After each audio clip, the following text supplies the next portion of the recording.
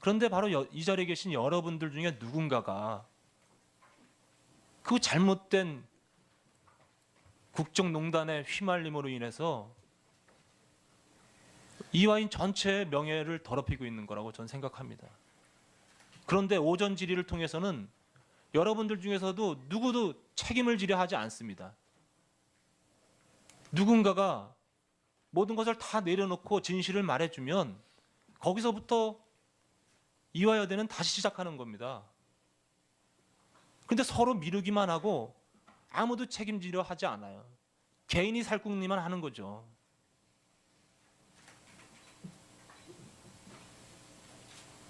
저는 이 자리에 계신 여러분들 중에서 누군가 아니면 그 면접에 참여했던 면접관 누구로부터 양심선언을 진심으로 듣기를 희망합니다.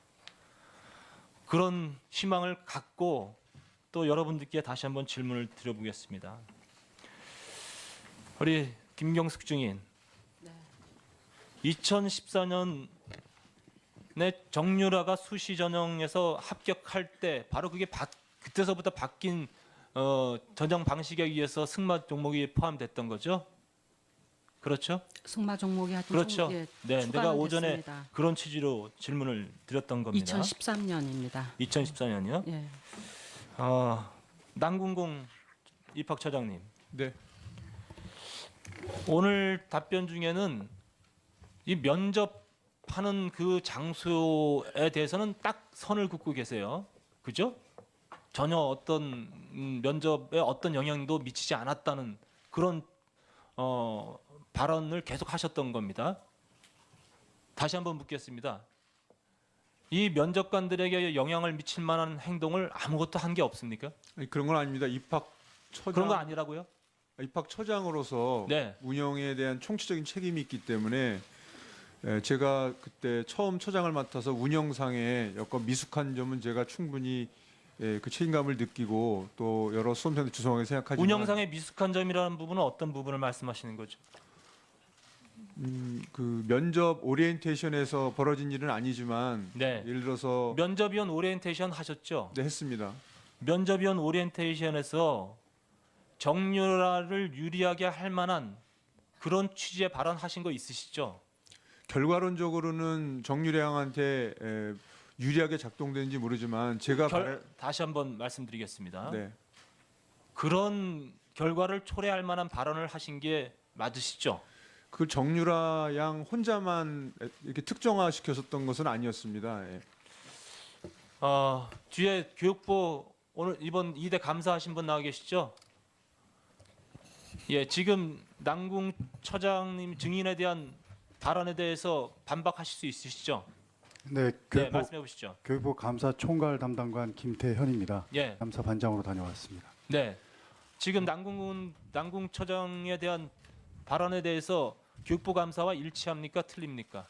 본인은 그렇게 주장을 하시지만 네, 면접위원 5명이 들어가 있었는데 네. 그 면접위원들은 네, 영향을 받았다고들 진술을 하고 있습니다. 그렇죠. 그러니까 면접위원이 영향을 받을 만한 이야기를 분명히 했는데 그 부분에 대해서 인정을 하시지 않는 거예요. 예? 그럼 면접위원님들이 적어도 그러한 상관으로부터 아니면 입학처장으로부터 그저 어떤 언급도 듣지 못했는데 그거는 아무 말도 없는 상태에서 본인들이 영향을 받았다? 그러니까 지금 이 증언대로라면 아무도 영향을 주려 하지 않았는데 또 무슨 우주의 기운이 작용돼 가지고 된 거라고 이렇게 보는 겁니까? 아니잖아요. 그거에 대해서 좀 말씀드리겠습니다. 네. 그 처장이라는 것이 교수님들이 돌아가면서 하는 보직이기 때문에 교수들 사이에서 무슨 상하관계가 형성되어 있는 건 아니고요. 네. 그다음에 입학처장의 본연의 업무가 이런 특기자 전형뿐만 아니라 모든 전형에 면접 오시는 선생님들한테는 그 전형의 취지라든가 여러 가지 특이 사항을 말씀드리게 돼 있었습니다. 그 저기 와중에 제가 남궁 처장님, 네네 증인, 남궁 증인이던 네. 남궁 증인이 원하지 않았던 바였지만 우리 김경숙 증인의 요청이 있었던 아니면 최경희 총장의 요청이 있었던 저는 분명히 이 부분에 있어서 어떤 의도가 잘못된 의도가 분명히 있었다고 보는 거예요. 예? 의원님 그 제가 부분에 대해 네, 의원님 여기 우리 국민들이 지켜보고 의원님이 지켜보신 신성한 자리에서 확실하게 말씀드리지만 어떤 부당한 지시나 그다음에 어떤 청탁이나 이런 대가는 일체 없었습니다. 네, 분명히 말씀드리겠습니다. 예, 황영칠 의원 수고 많았습니다. 다음은 정의당 윤소아 의원 신문하십시오. 네, 정의당의 윤소아입니다. 이번에 이것이 박근혜 대통령 탄핵 소추 의결서입니다. 이렇게 많습니다. 거기 적시된 사실이 그만큼 국정을 농단해 왔는데 최순실을 중심으로 황영철 의원께서 말씀하셨어요. 내일 청와대 방문마저 힘들다고 이렇게 이야기했는데 그래서 한번 여쭙습니다. 김종덕, 김상률 증인, 특히 김상률 증인은 차은택 씨가 이합전에 와서 추천을 해서 됐다고 그렇게 이야기했습니다.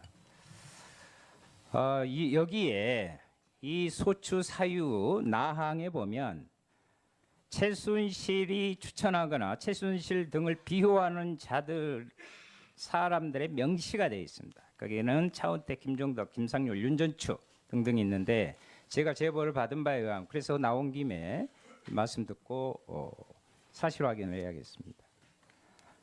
이 윤전추 제2 부속실 행정관 지금 나오고 있지 않은데 2층이 대통령 집무실이죠.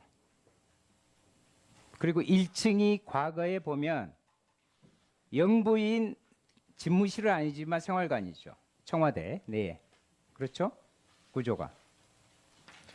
네, 2층이 집무실인 그렇죠? 건 제가 네, 알고 1층이 있습니다. 옛날에는 지금은 이제 필요가 없는데 네. 옛날엔 영부인이 사용하는 공간이 거기에 따른 이 부속실이 옛날에 배치돼 원래는 지금은 이제 또 바뀌었지만 거기에 관저와 거기는 지상으로만 이동하는 게 아니라 다른 경로가 또 있습니다.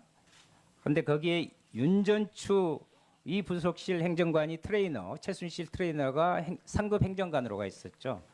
그런데 여기에 1층 옛날에 영부인 그 공간에서 최순실 등이 관저와 이 1층에서 직무 아닌 직무를 보면서 각종 비서관들을 불러내고 해왔다는 그런 부분에 대해서 본 적이나 있습니까? 없습니다. 그런 정황을 전혀 모르십니까? 네, 전혀 모릅니다. 그런데 그러한 부분들에 대한 제보가 있다는 것을 말씀드리고 싶습니다. 다음에 윤전추 부분에 확인하도록 하겠습니다. 세계일보 사례에서 바라보듯이 박근혜, 최순실 그리고 김기춘 전 비서실 언론 장악, 언론 탄압은 집요했습니다. 김한균 참고인 그 MBC 시사교양국 PD 출신으로 지금 30년째 언론계에 몸담아 오셨는데 언론노조가 11월 21일 청와대가 공영방송 사장 선임에 개입한 비망록이 드러난 것에 대해서 박 대통령 그리고 김기춘 비서실장, 김성우 전 홍보수석 비서관, 최성중 방통위원장 등을 언론통제 직권남용 혐의로 검찰에 고발했죠? 네. 고발의 핵심 내용이 뭐죠? 김영한 전 민정수석의 비망록에 나오는 내용입니다만은 2014년 KBS 사장이 바뀌는 과정에서 청와대가 지속적으로 KBS를 감시, 사찰이라는 표현이 어떨지 모르겠습니다만은 그런 기록을 해옵니다. 그러다가 청와대가 원하지 않는 사장 조대현 사장이 선임이 되자 우파 성향의 우파 이사들의 성향을 조사하라 하는 지시가 기록이 돼 있고요. 그다음에 결국 이길영 사장을 사퇴시킵니다. 거기에 방통위원장 최성준 방통위원장이 동원이 되고요. 근데 그런 것들을 문제 삼아서 고발을 한 겁니다. 2015년 12월 고대영 사장이 선임되는 과정에서 청와대 개입이 있었어요? 그런 의혹이 제기됐었습니다. 예. 지금 제가 들고 있는 것이 국민감사청구위원회 심사 결정 통보서인데요. 여기에 보면 이인호 KBS 이사장이 KBS 사장 임명 관련하여 김성우 청와대 홍보수석의 의견을 청취했다고 하는 부분이 사실로 드러납니다. 공영방송의 사장을 임명하면서 청와대와 의견을 교환한 것이 사실이라는 입증입니다. 지난 11월 7일 MBC 보도국 게시판 뉴스계에서는 보도국장의 퇴진으로 시작합니다. 글이 올라왔는데 알고 계시나요? 네. 그 이후에도 여러 건이 올라왔고요. 지금까지 한 30건이 올라온 것으로 알고 있습니다. 자괴감이 좀 느껴지시겠네요.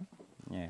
30년 동안 몸담아온 사람으로서 예, 그렇습니다. 촛불광장에서 MBC는 쫓겨나는 수모를 겪기도 했는데 MBC가 이렇게 된 핵심적인 이유가 뭐라고 생각하십니까? 결국 청와대가 임명한 사장, 경영진들이 다 언론인으로서 자존심을 가지고 언론의 원칙을 지키려고 한 기자 PD들을 전부 다 내쫓았습니다.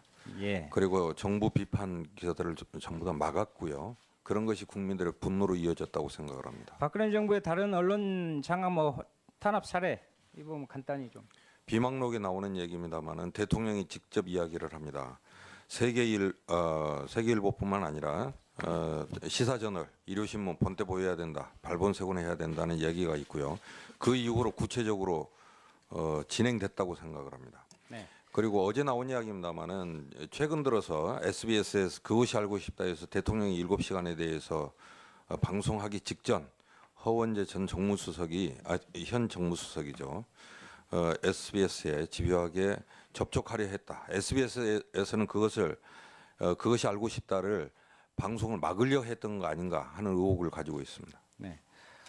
박근혜 최순실 정부의 언론 장악과 탄압 사례를 보면 이는 어느 특정 언론의 문제가 아니라 언론 전반에 걸친 문제로 가히 또다시 언론